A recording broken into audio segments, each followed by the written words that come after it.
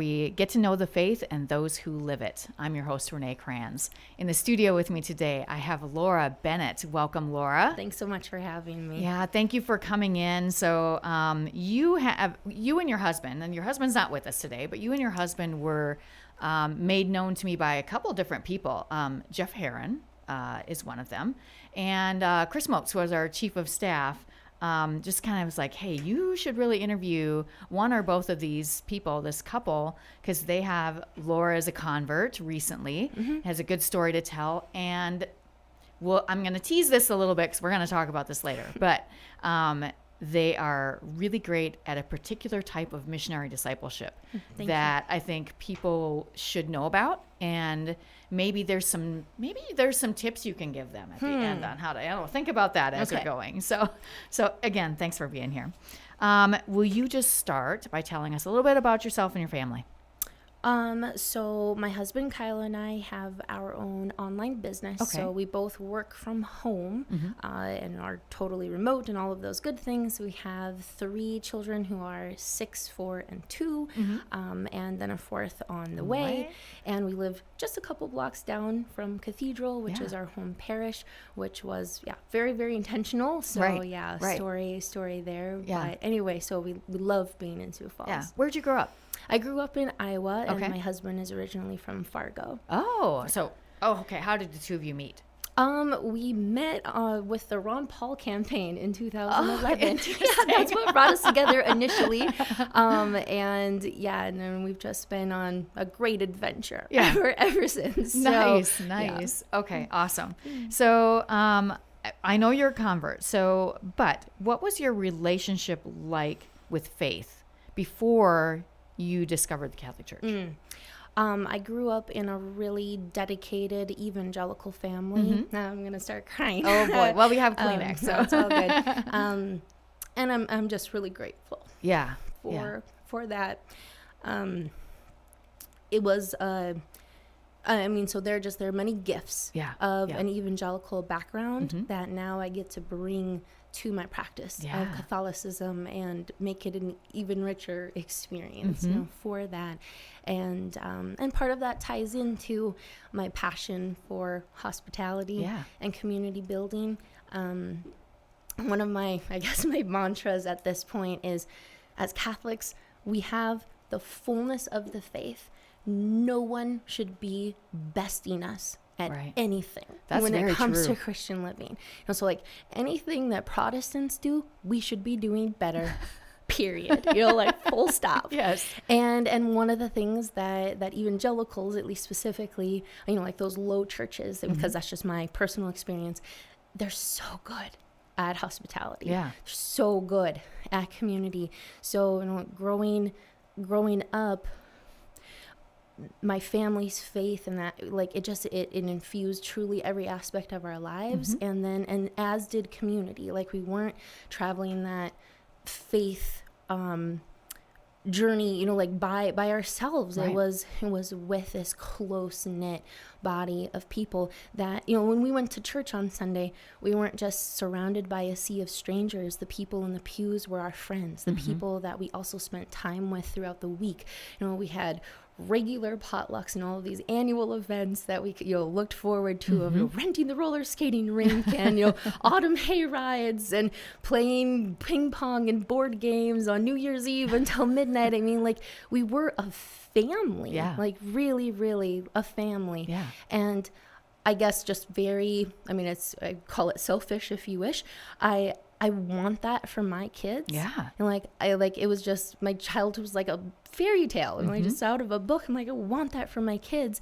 And Catholics aren't the best at it. Right. They need a little help. Yes. And I'm like, well, then here we go.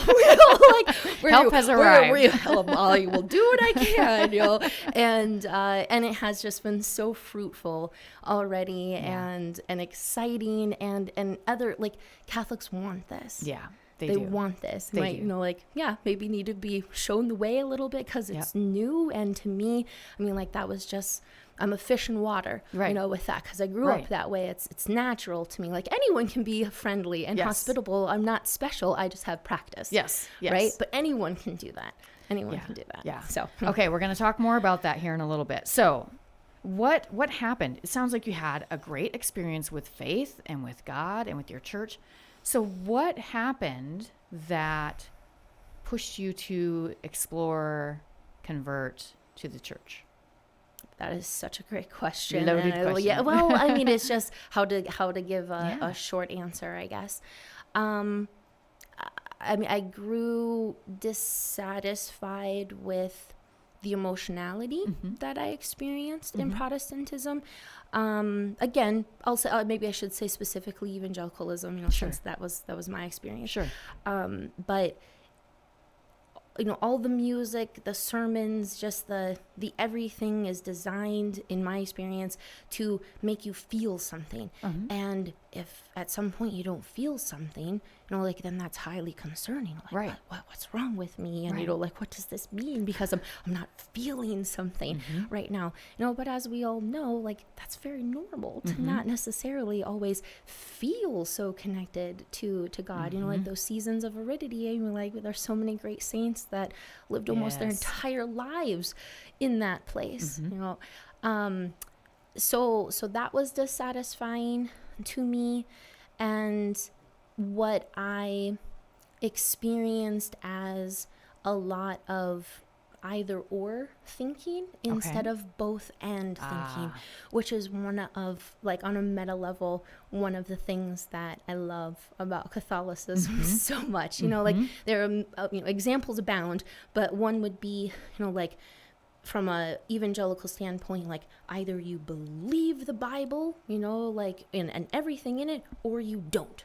Right. And, and then Catholics, we say, well, we believe the Bible, sacred scripture and sacred tradition, because these don't conflict. So it's both. It's both and. It's not either or. And that's just, again, just one example. I'm like, oh, this is so nuanced, and I appreciate that. Yeah. I appreciate that. So anyway, I went through what felt like long years in my 20s, truly not even identifying as a Christian. Oh, wow. I would say... That's a surprise. I mean, God writes straight with crooked lines. He has a plan. So I would say I was a deist. I always believed there was still a creator God, but I wasn't convinced that he was terribly involved in my life. Sure. And I mean, I must have gone through years of not darkening the door of a church of any kind. Wow. But then also went through periods of exploration and at least getting into high church, going to a Lutheran church, which is a lot closer to Catholicism than evangelicalism is, for sure. For sure. So there was some exploration there. And then, of course, my husband is a cradle Catholic, but then at the time that we married, he wasn't practicing his faith, as much, because he married a non-Catholic, right, outside of the church. But again, God writes straight with crooked lines. And here we are. We are. But and then the process of conversion, it's slow, and then has these special, profound moments sprinkled in to it. I attended Mass with him regularly for 5 years before converting. And just look back at specific events where, the Holy Spirit was just so obviously at work. Praise his name. I remember, initially going to church, and what drew me to Catholicism, what made me even interested in the first place, beauty, got me first, hands down. If my experience of evangelicalism is that it's very emotion-based. My experience of Catholicism is that it is intellectual and it is sensory. Right. It's about our human nature and how we need to see and smell and hear and taste. And I mean, we need those experiences, and God gives them to us in the Mass. He doesn't need them. They're there for us, right? Yeah. And it's such an incredible gift, and that really spoke to me from the beginning. And even other things, I mean, so my upbringing was truly explicitly anti-Catholic. Sure. Not, oh, our Catholic brothers and sisters. I was taught that Catholicism is a cult. Right. Right along with Jehovah's Witnesses, Mormons, Catholics. Yep. And And so then just to go through this incredible process of everything I've been told about Catholicism is wrong. And like when I actually look into this myself, it's like the exact opposite, you know, of what I've been told. And like, oh, Catholicism is shallow and superficial. What? That's the intellectual depths, you know, like cannot be plumbed in a lifetime. No. 2,000 years of church history. I mean, like we can only just tackle, you know, a drop of that.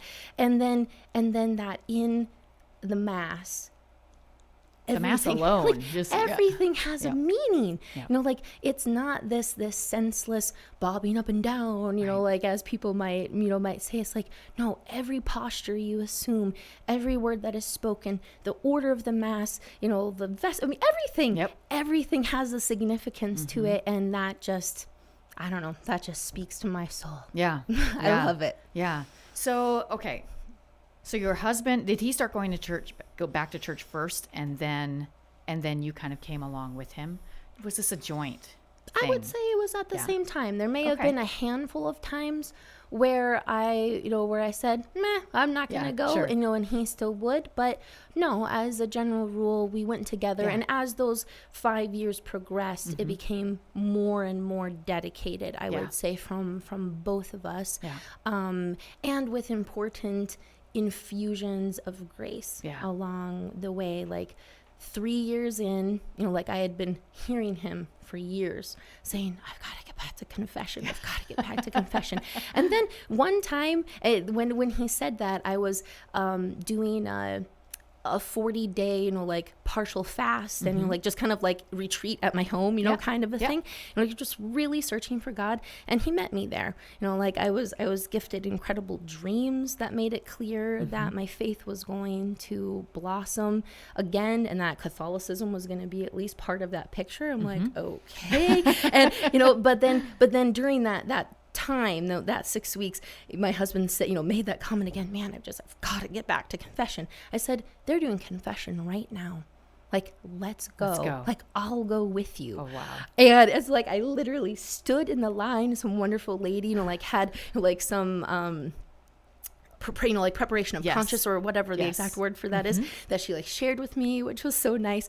And then when I got in, you know, like immediately told the priest, I'm not Catholic, you know. So like, of course I didn't say any of the normal things, you know. I'm not saying forgive me, Father, for I mean, none of it, you know, like it was very unorthodox, right? But he was lovely, bless him. You know, because of course he couldn't absolve me of anything, and it must have been kind of a strange experience for him too, I imagine.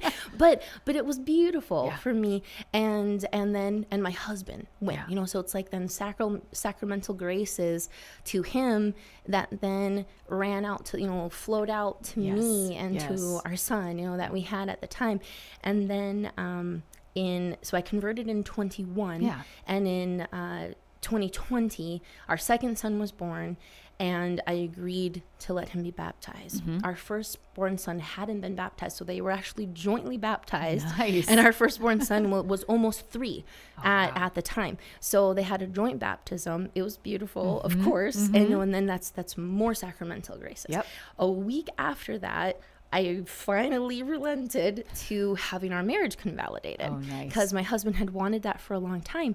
And I, in my ignorance, like just my misunderstanding of what the convalidation really was, just felt horribly offended about it. Sure. You know, why doesn't the church recognize our marriage? It was a religious service, you know, like with a pastor, we prayed all over the place, you know, like whatever, you know, like it's not like we just stood in front of a civil magistrate for 5 minutes, you know, or whatever, like, all right. Like, and so I felt really insulted about it. And so even on the way to the convalidation, I'm, you know, arms still crossed. I mean, I'm just still sulking about it. And, you know, my husband says, you know, I can turn around. We don't have to do this. I'm like, nope. I said I'll do it. I'm going to do it. And then God, in his infinite goodness, I mean, like in that convalidation ceremony, when we married each other, you know, like in the name of the Father and the Son and the Holy Spirit, I mean, it just hit me like a ton of bricks.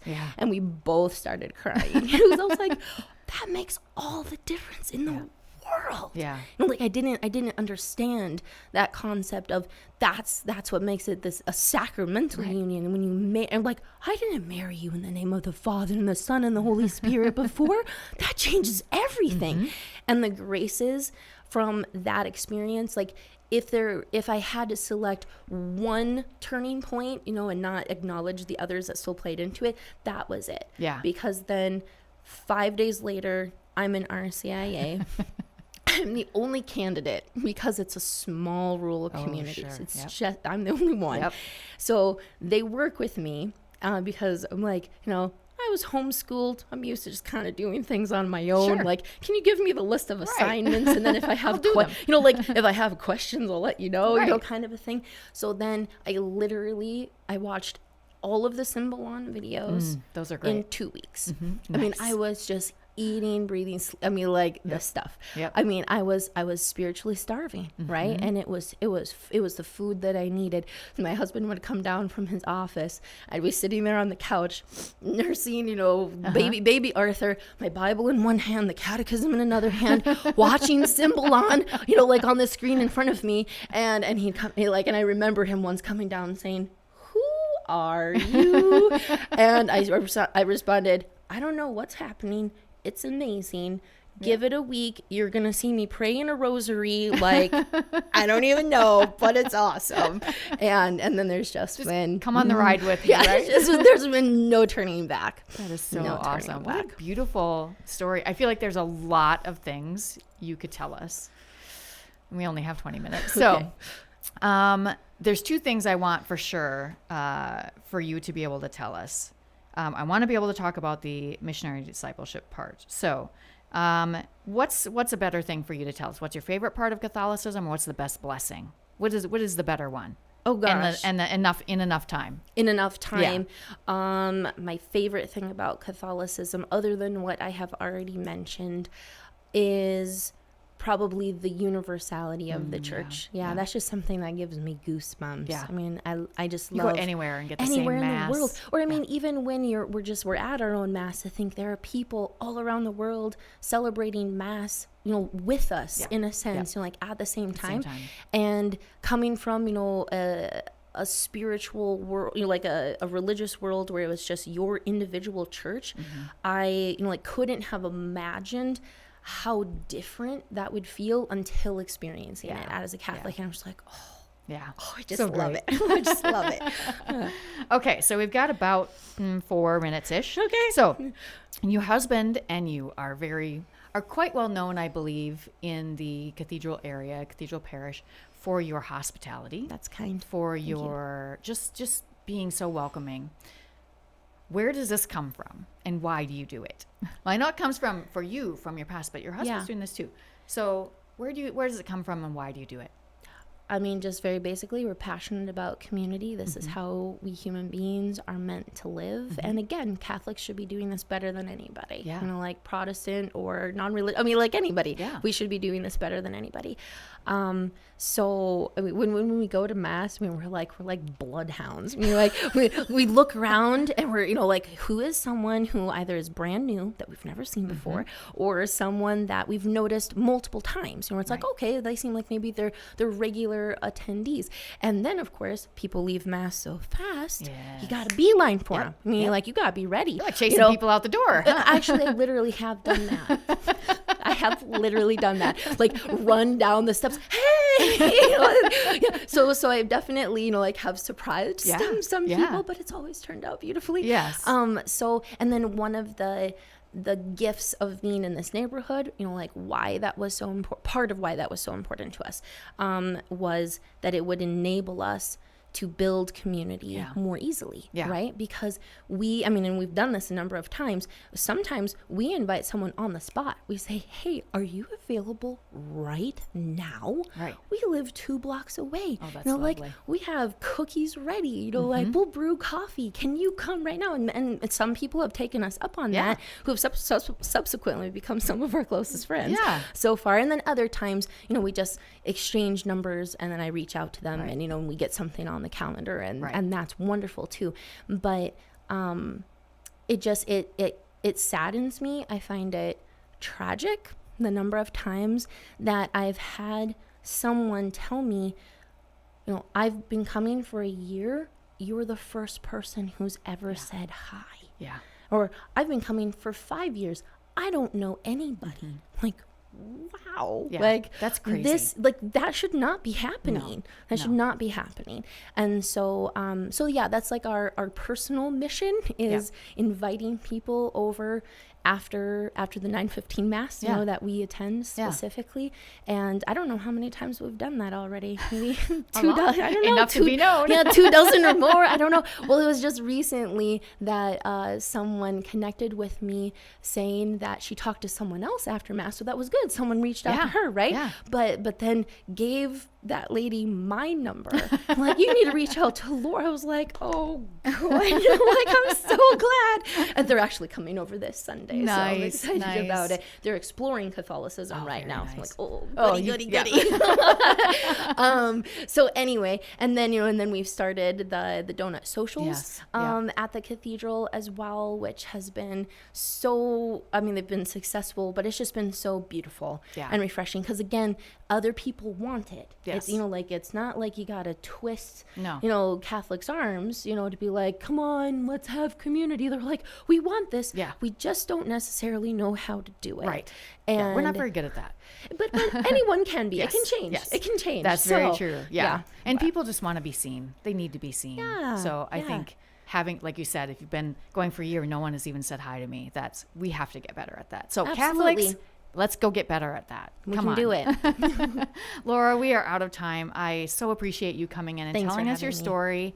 And I hope that people will really take away from this conversation that you don't even have to be like this super bubbly, outgoing person. No. Just talk to the people around you. Right. And ask them how they're doing and how their morning is. Start that way. And then the next Sunday, talk to them a little bit more. You don't have to invite them over to your house immediately. No, you should do it eventually. Yes. But it doesn't have to be immediately. Yes, right. And your house doesn't have to be perfectly clean, and you don't have to bake those cookies yourself. You can use paper plates if you need That's to. Great. You know, love it. like, it's okay. Yeah. It's okay. Just go do it. Yeah. Go do it. However you can get it done. Do it. Yeah. Yeah. Thanks a lot, Laura. Thanks, Renee. You bet.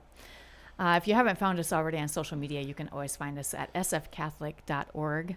Social media at Facebook, Instagram, Twitter, and YouTube at SF Diocese, or the website at sfcatholic.org anytime. That's it for us today. Hope you'll join us again next week for more Catholic Views.